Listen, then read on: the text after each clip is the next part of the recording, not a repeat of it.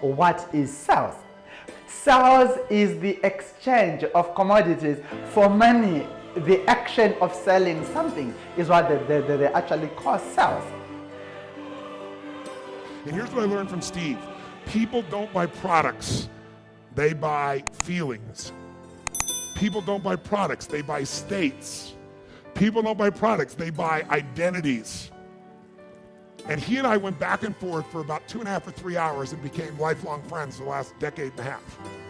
And what I learned from him is, how many of you know the 6 human needs? Let me see your hands. Raise your hand if you know the 6 human needs. So real quick, for those who've never heard it before, what's the first need that all human beings have? It's not a goal, it's not a desire, it's a need. What is it, quick? Certainty. Everyone has a need for certainty, that they can avoid pain, or ideally they can have some pleasure, but that's a survival instinct. A lot of people, they normally take like promises and put them on themselves, and they start budgeting on that. That is one of the mistakes that I've been living in, that I've been doing for a long time. But was it serving me?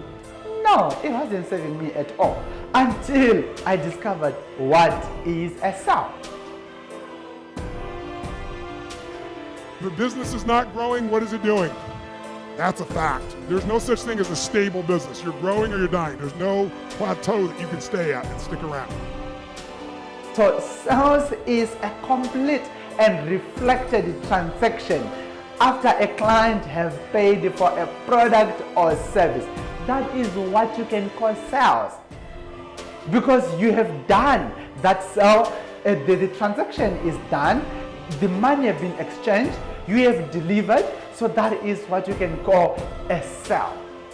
Because so many people, they actually call a client, hey Mr. John, how are you? I'm okay, and yourself? Okay, sir, I would like to sell you this and that. And then Mr. John say, okay, let's talk next week Tuesday. Then, after they say let's talk next week Tuesday, they already go and take that as a complete sale. Yet it's actually gonna flop. You've got to sell yourself every day on your abilities, on what you're doing, on the goal that you want to reach. You've got to sell yourself every day, according to your level of belief. It will manifest itself in what you're doing. Whatever we have right now, whatever we're demonstrating in our lives, is a result of what we believe subconsciously that we deserve. And part of increasing that belief level is that you have got to convince yourself every day. You've got to sell yourself. I do a lot of training for many corporations, and I conduct sales seminars, and I've heard all kind of guys doing techniques and training people techniques of how to close sales and how to work with and begin to control the sale and how to ask for the close. Let me share something with you. You can learn all the techniques in the world. If you don't believe in yourself, it won't happen for you.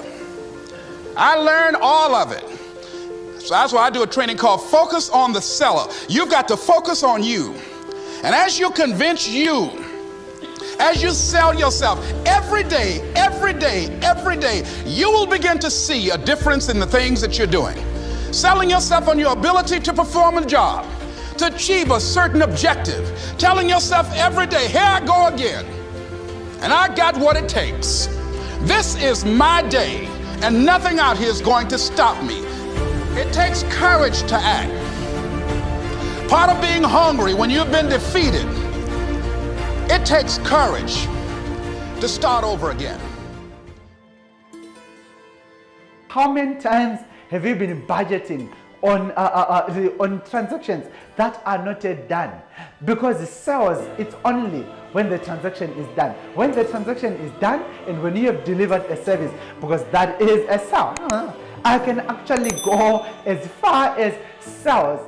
It's a complete transaction, and after a client has paid and you have delivered the service, after the cooling off period or the first 30 to 90 days, because a client can always do a chargeback and request a refund as well during that. So you have run a loss there, and you are going to pay all those charges and so on. So A sale is not complete up until the cooling off period is over.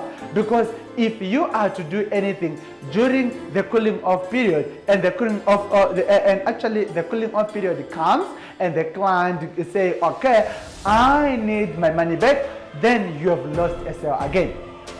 So a sale is a complete transaction after the money is in your account and you have delivered the service or the product, and the client is happy. That is what you can call a sale. Why setting goals is important? Well, there are so many reasons why people must set goals. Because a person who doesn't have goals is a person who is not going anywhere. And a person who doesn't have goals is a person who is setting him or herself for failure. So look at this one.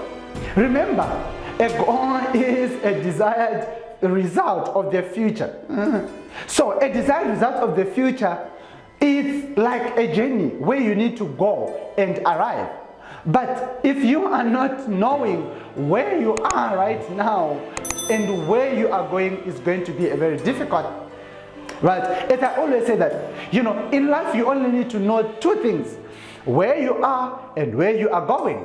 Because if you know, for example, I am in South Africa and I need to go in America, then the next question is now, how fast do I need to get there? Is it 1 year? Is it 1 day? Is it 5 years? Is it 20 days? People will pay disproportionately to feel significant than for any other need.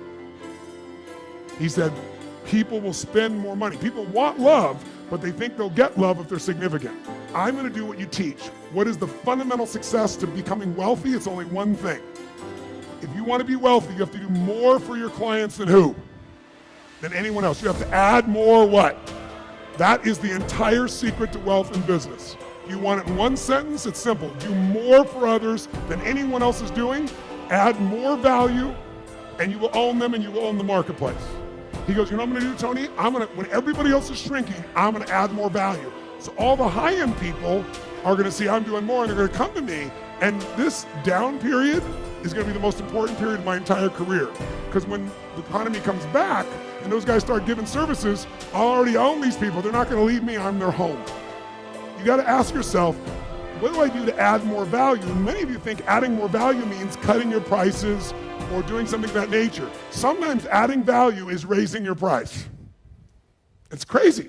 Raising your price can increase your sales if it's the right piece. Now, if you raise your price and do more, no question that could be the right thing in some cases. Some of you, your market is the cheapest price.